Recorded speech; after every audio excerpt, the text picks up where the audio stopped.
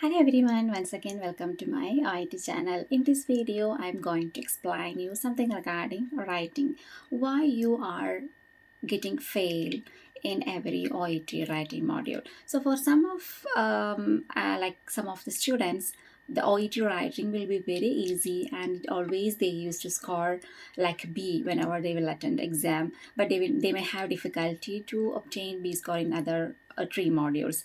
But for some students, writing will be very tough, but other modules will be very easy to get past. So I will tell you what are the important things why you are getting fail in writing module. So in writing, always you have to concentrate in organizing your letter. It is like nothing writing the things as per the data given. Sometimes the data will be very clear and it will be like in a order, like according to the scenario which happened to the patient. But sometimes it will not be same. Sometimes you may get all relevant social history and medical history first and some of the incidents which happened recently. Then at the end of the question paper, there may be the all the history, what are the important things how to be mentioned earlier in your letter. So it will be confusing. Sometimes you may get difficulty to organize the things within that particular time period.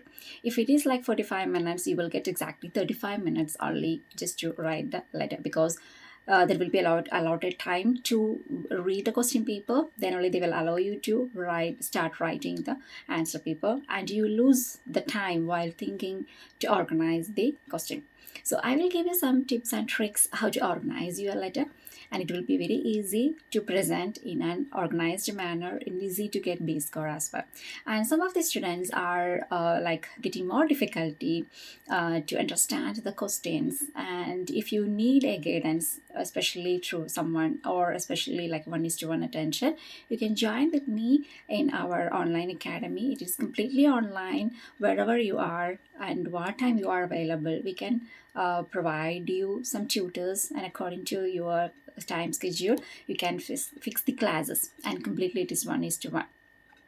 And we are providing like recent exam questions, and you can see if you are analyzing our recent exam question, you could see that more or less repeated questions came.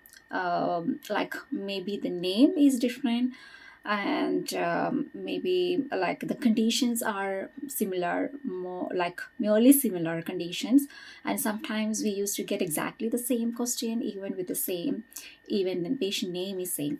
So if you practice all those questions, it would be very beneficial, and it is very easy for you to get B score. So after even if example, if you join with our academy, we used to send a link, and in that link you will have 100 plus exam questions and authentic materials for listening and reading, and you can practice with your tutors.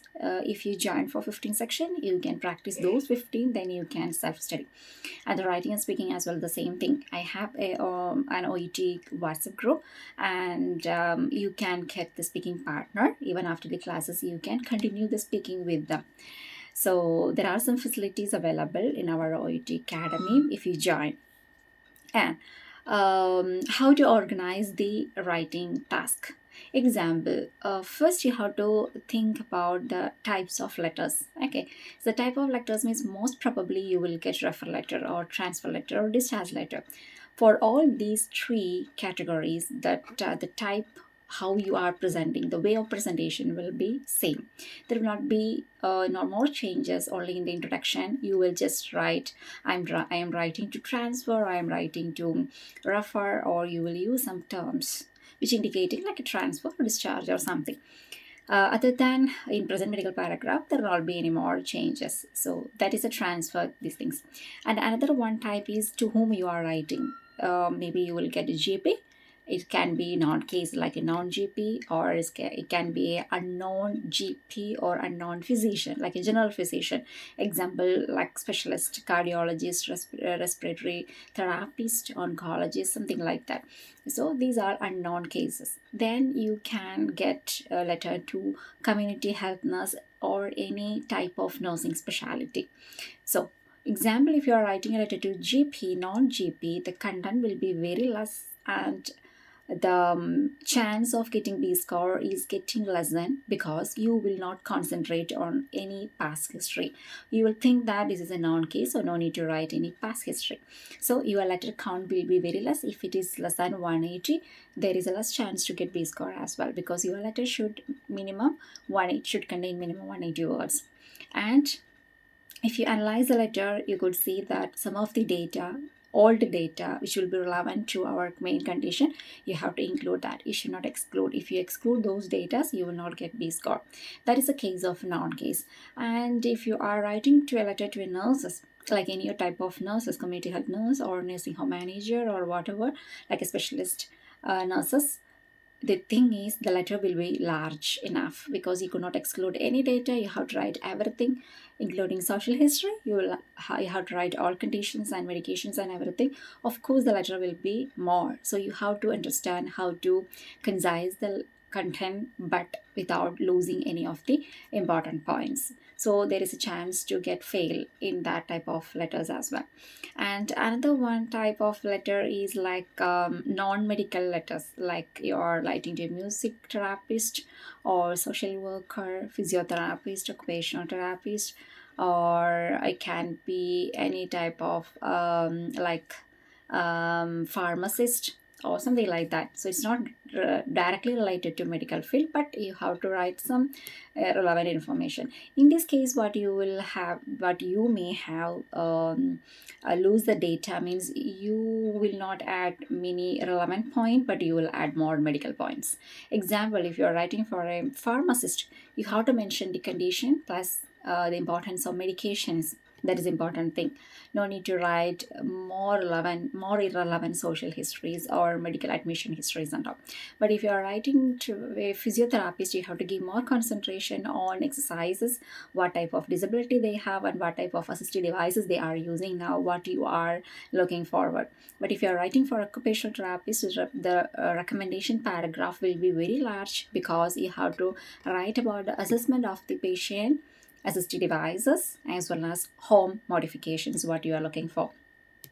But in present medical paragraph, you could not write more things for occupational therapist. Your letter will be very large. And if you are writing for a social worker, after introduction, you have to write social paragraph, then you have to write the medical paragraph.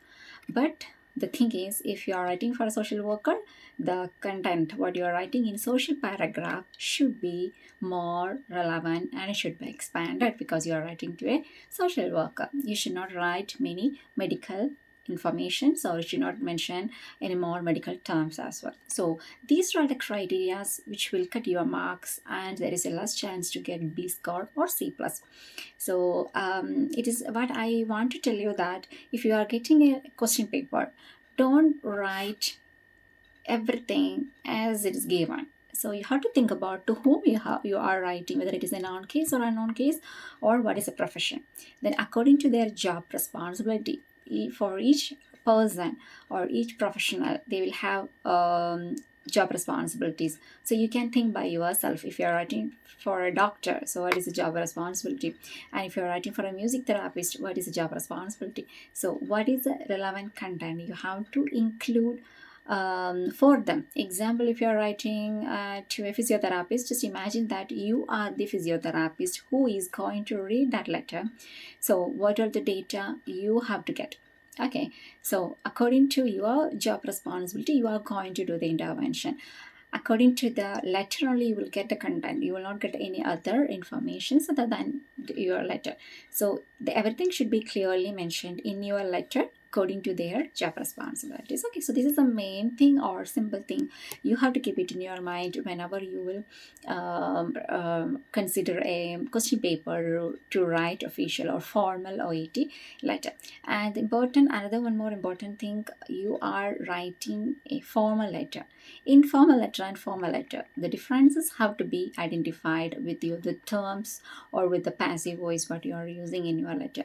Everything should be official It should not be like a simple words or simple sentences.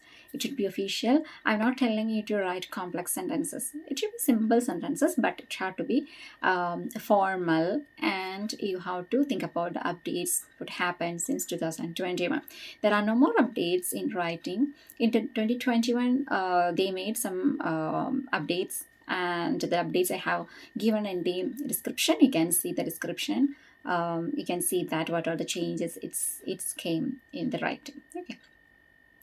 And the other thing is, after writing each paragraph, you have to go for proofreading. It will not take more than a few seconds, but if you are thinking after writing everything I can go for proofreading at the end, of course you will not get even a fraction of a second also, because you will be in a hurry mode.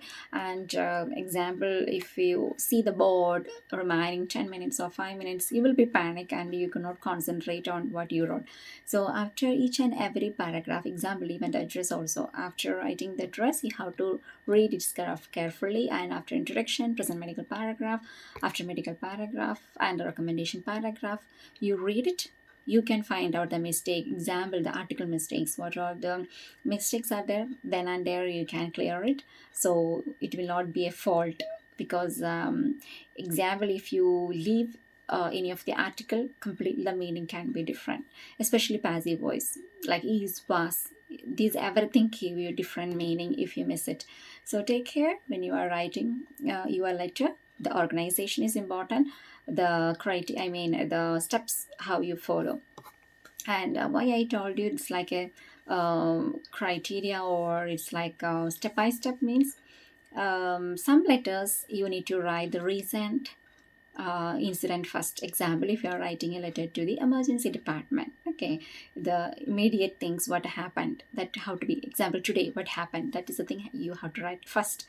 And the next paragraph you have to write what is the old history. Okay, but in any other cases I'm not telling you to write it in that way. Always it is good to start from the beginning, when the symptoms or when the condition started from the beginning. Then you can gradually you can write what are things that's happened for the patient. And in the second paragraph you can sum up what is the current status, why you are referring the patient to that reader.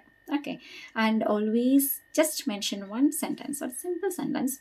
You have to write what is the reason for referring. This is the current situation. You can write currently he or she is something, what is the current situation. Then you can write therefore further attention from your service is essential for his or her well-being. The simple sentence if you write, your letter will be unique. Okay. And another one more thing, if it is a suspected case, example, you are writing like he or she is suspected to have Horner syndrome or something. In that letter, the present medical paragraph, clearly you have to mention why you are suspecting it. So that is an important point. Without any solid reason, you should not write he or she is suspected to have this condition in the introduction. Okay, so that's also a hint to get the mark or B score in your OET letter.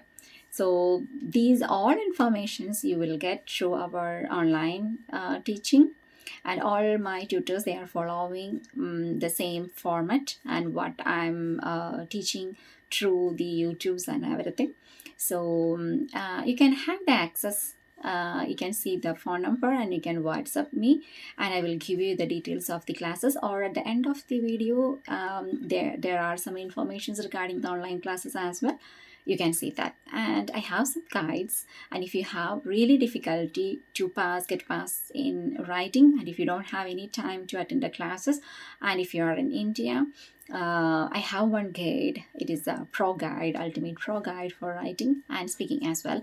And in that guide I have given 100 written exam questions and the relevant standard answer. In the starting I have given some OET grammar and A to Z things you have to know regarding the OET writing, and all relevant information regarding the writing. Okay, my own like what I learned when I studied during my OET time, all the things I sum up and I just made it like in easy way. It's not a complicated grammar or anything, only OET related grammar are there in the starting pages, and you will get question and answers as well in updated manner. And speaking, I have 100 question papers in that guide, and there will be attached USB. In that USB you can listen the presentation, how you have to present the role play card. Okay, so with the guide you can listen and you will come to know that how you have to present each and every role plays. And there are some common videos like instructional videos regarding the speaking as well. It is there in the USB. Actually, the Oet writing guide we can send only like a hard copy, and the speaking, if you want, we can send through the PDF. Even the audio sections and everything, it is there in the Google Drive link. I can send you via mail or through the WhatsApp or whatever the social media. It's okay. After the payment, we can send that. But the guide of writing can be sent only to like a hard copy. We cannot send like a PDF. So if you want to join for the classes, you are always welcome, and you can get in touch with us for each and everything. And if you need any clarification regarding any specific questions or anything, just contact me, even in the YouTube or in the WhatsApp. So I can help you if I know the thing. If I can explain to you, I will explain you. So I hope this video is beneficial for you. If anyone still facing difficulty in OET, please do not hesitate to contact with us, and we are here to help you. So I hope it is helpful for you. We will see you with another one informative video. Until then, bye. Take care.